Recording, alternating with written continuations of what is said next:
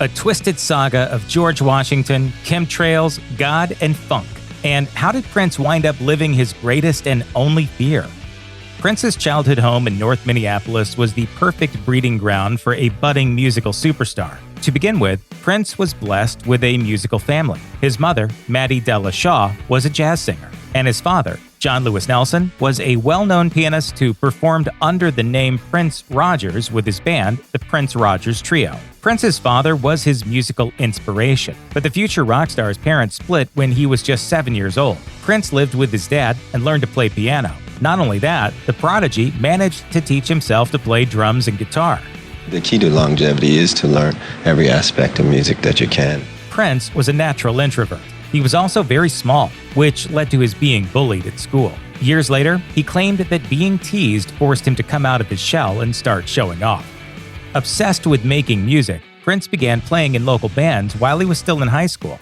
This is Lincoln Junior High School. This is pretty much where the whole Minneapolis sound started. It wasn't long before the music industry began to take notice. Prince signed with Warner Brothers Records while he was still a teenager and quickly set about making his mark. He released a new studio album every year from 1978 until 1982, but the young musician was determined not to let himself be pigeonholed. He could have easily leaned into his identity as a black artist making music for a black audience, but Prince chose to remain ambiguous about his racial background. He embraced fluidity in all aspects of his life and stated as much in his 1981 hit single, Controversy. Prince's mixing of religious and profane imagery was another conscious creative choice that attracted the attention of audiences and critics. He was able to mix the blessing of life of God and yet, the marriage of sex and passion. So academic Ben Greenman wrote in his 2017 book, Dig If You Will, the Picture, Funk, Sex, God, and Genius in the Music of Prince, his process was to isolate two theoretically opposed aspects of a person: male-female, black-white, straight-gay, good-evil. The tension between those two things powered the work. That was the engine at the center. Prince's early commercial successes were humble. His debut studio album, For You, landed on the Billboard 200 at number 163, but the single Soft and Wet barely cracked the Hot 100 at number 93. You made a couple of demonstration records when you were a teenager. You're barely more than that now, are you? 19. With the release of his album 1999, Prince finally made it to number 7. But nothing could prepare Prince for the heights he was about to scale with his next album, the 1984 classic Purple Rain. Purple Rain was a monster. Between August of '84 and January of '85, the album spent a jaw-dropping 24 weeks at the very top of the Billboard chart. At the same time, Purple Rain the movie, starring Prince in the lead role, and the album's lead single, When Doves Cry, both hit number 1. As a result, Prince became a pop culture force. The Purple Rain album was eventually certified a mind-boggling 13 times platinum. It remains one of the best-selling albums of all time and is considered a defining cultural artifact of the 1980s. Prince was known for his eccentric public persona, but when he was out of the public eye, he spent a great deal of his time alone and was protective of his privacy. After signing his first record contract, the Purple One bought property just outside his native Minneapolis. He dubbed his new home the Kiowa Trail Home Studio and painted the outside purple. That house was where he recorded some of his best-loved albums, from 1981's Controversy to 1987's Sign of the Times. But it was Prince's next Minneapolis residence that would become his utopia, a $10 million compound and recording studio measuring some 65,000 square feet. Prince first envisioned the paradise, Paisley Park, on a 1984 song of the same name. The complex was completed 3 years later. Prince was incredibly prolific as a result of his finally having the peace he'd searched for as a child. In his memoir, he describes it as a quiet space where I could hear myself think and create. Originally open to outside artists, within a decade, Prince made the compound his private residence, where he could record endlessly to his heart's content. In 1993, Prince released a statement telling the world that he was no longer going by his stage name, but by a single unpronounceable symbol combining, among other things, the common symbols representing man and woman. The sign would later become known as the love symbol. I find quite interesting, some people now call me sir. They just call you sir? Mm-hmm. They never called me that before. But why? Prince had just signed a new contract when he realized that the record label wanted to limit the amount of music he released per year to avoid saturating the market. Prince, on the other hand, had a backlog of material he wanted to put out. The artist formerly known as Prince was a strategy to seize back commercial control of his music. I'm the artist formerly known as Prince. Ooh, and I'm the bear currently known as Not Amused. Prince explained, Warner Brothers owns the name Prince and all related music marketed under Prince. I became merely a pawn, used to produce more money for Warner Brothers. Popular music is full of great rivalries that exist in the minds of fans, but not necessarily in real life. Classic rock fans might hotly debate with each other whether the Beatles or the Rolling Stones was the greater band, for example. The artist Prince has been most compared to over the years is another heavy hitter, the late king of pop himself, Michael Jackson. Both men were born in 1958 and grew up in the Midwest, but their similarities go much deeper, including their shared love of genre blending and breaking, their incredible showmanship, and the questions they both raised about race and sexual identity, both on record and in their private lives. Though Prince claimed that no rivalry existed, a number of incidents throughout his life make clear there was tension between the artists. One of these involved Jackson inviting Prince on stage at a James Brown concert in 1983. Jackson expected Prince, who was completely unprepared, to embarrass himself. Instead, he owned the room. There have long been rumors that Prince refused to participate in the charity single We Are the World because of Jackson's involvement. And some say he turned down the opportunity to play on his rival's hit song, Bad. But was there ever really a rivalry? The answers may have died with the two of them.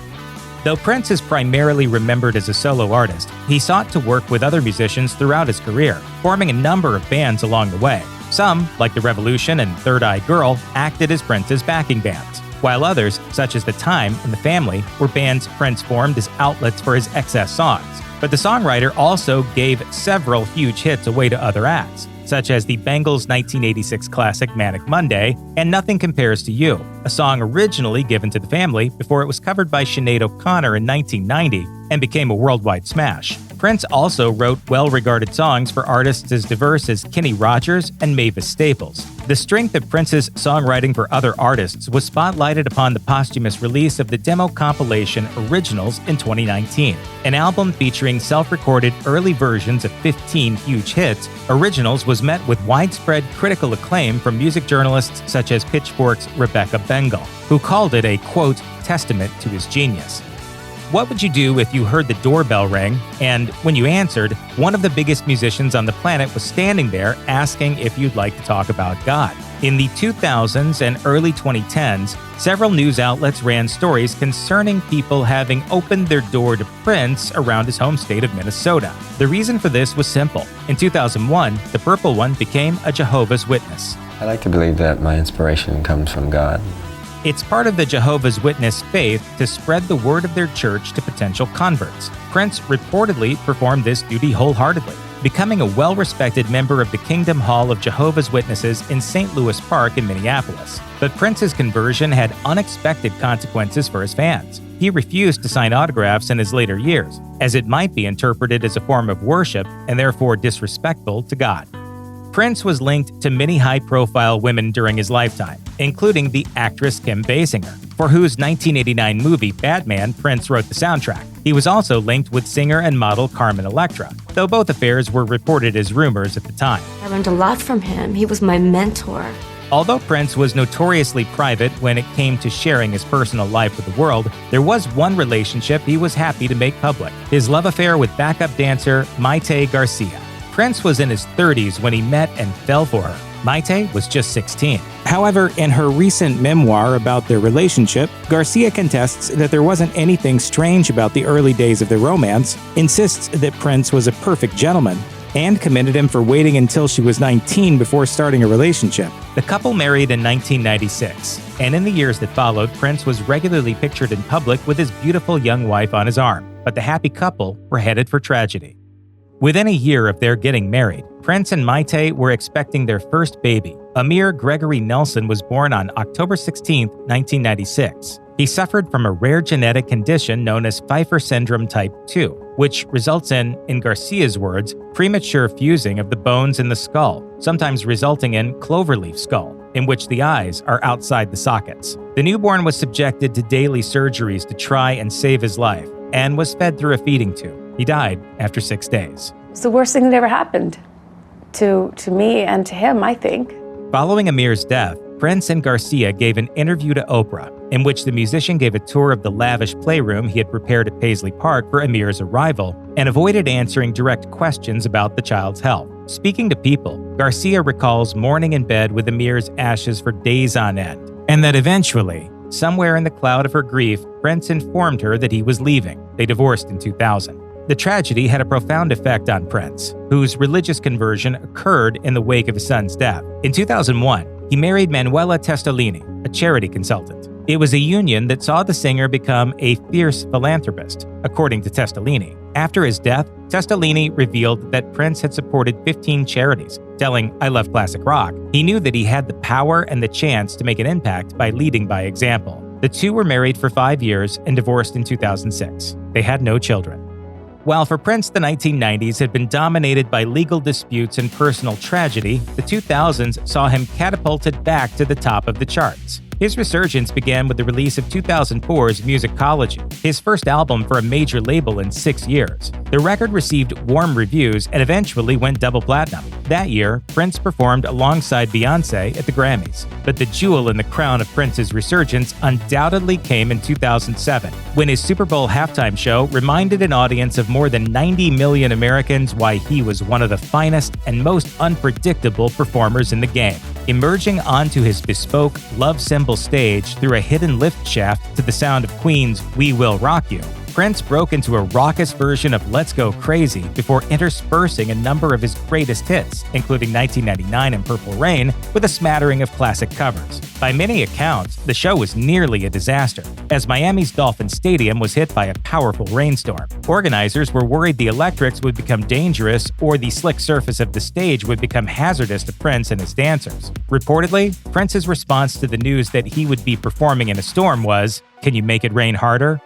In addition to his devout religious beliefs, Prince also harbored some controversial ideas about the world at large. In 2009, the singer admitted that he was an ardent believer of the chemtrail conspiracy theory, which claims that vapor trails left by commercial jets are actually toxic chemicals released into the air by shadowy forces to poison society. Prince explained, "When I was a kid, I used to see these trails in the sky all the time and I'd say, oh, that's cool, a jet just went over. And then you started to see a whole bunch of them, and the next you know, everybody in your neighborhood was fighting and arguing and you didn't know why." The theory has been debunked by scientists, of course. In the same interview, Prince also discussed his outrage that school children are taught that George Washington was the first president of the United States. "When I found out there were 8 presidents before George Washington, I wanted to smack somebody. Good thing he didn't. Before Washington, there only existed the ceremonial role of President of the Continental Congress." Prince heard these baseless ideas from pioneering black comedian and civil rights activist Dick Gregory, one of Prince's heroes. Sadly, late in Gregory's life, he ascribed to many other conspiracy theories, including the idea that Prince was murdered. Artists like Taylor Swift, Neil Young, and Joni Mitchell have spoken out on the negative effects of streaming services on the lives of musicians.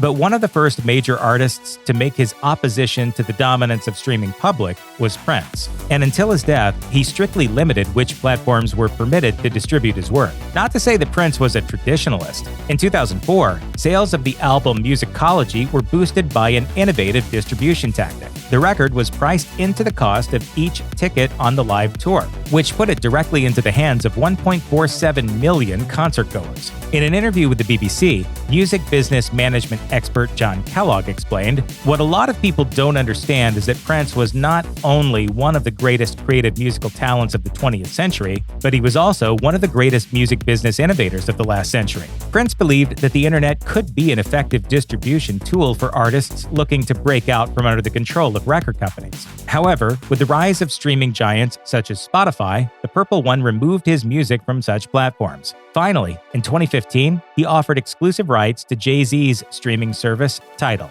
After his death, Prince's estate reintroduced his discography to all streaming services, reaping enormous profits. Neil Carlin was one of the journalists Prince trusted the most over the course of his career. He gave the writer numerous interviews and often called him in the middle of the night to discuss his thoughts, feelings, and fears. Carlin knew Prince intimately and claims the much-loved performer was in reality, quote, "one of the loneliest souls I ever met." He also believes that his greatest and perhaps only fear was dying alone. The circumstances of Prince's untimely death are therefore doubly tragic, as the musician was found unresponsive in an elevator at his Paisley Park compound on April 21, 2016. Doctors believe he may have been lying dead for up to 6 hours. The cause of his death was an accidental overdose of the opioid fentanyl, which had been labeled as Vicodin. The singer had suffered from chronic pain for many years, having had hip surgery back in 2010. He was 57. Though search warrants were published listing a wide range of controlled substances found at Paisley Park in the names of several members of Prince's circle, nobody has ever been charged with a crime in relation to the counterfeit opioid that took Prince's life. The case is effectively closed. Prince did not leave a will, which meant his estate, reportedly worth hundreds of millions of dollars, was disputed for years after his death. The musician's 6 siblings remain his living heirs. In 2022, the estate settled a long-running dispute with the IRS regarding the valuation of the late singer's assets, as well as millions in unpaid taxes. After Prince's death, details began to emerge regarding the legendary Paisley Park vault that housed his trove of unreleased recordings. The vault reportedly contains a vast number of fully recorded albums, some dating back to his creative peak in the 1980s, including a long jam album recorded in 1986 called The Flesh and a 1987 record titled Camille, which was reportedly written and performed from the point of view of the singer's female alter ego. One day, someone will release them. I don't know that I'll get to release them. In the years since his death, a selection of material from the vault has slowly been made public, in the form of the 2018 demo album Piano and a Microphone 1983 and 2021's Welcome to America, as well as the originals compilation. It is believed that there may be as many as 8,000 unreleased songs in the Paisley Park vault, enough for his estate to continue treating his fans to unheard music for decades to come.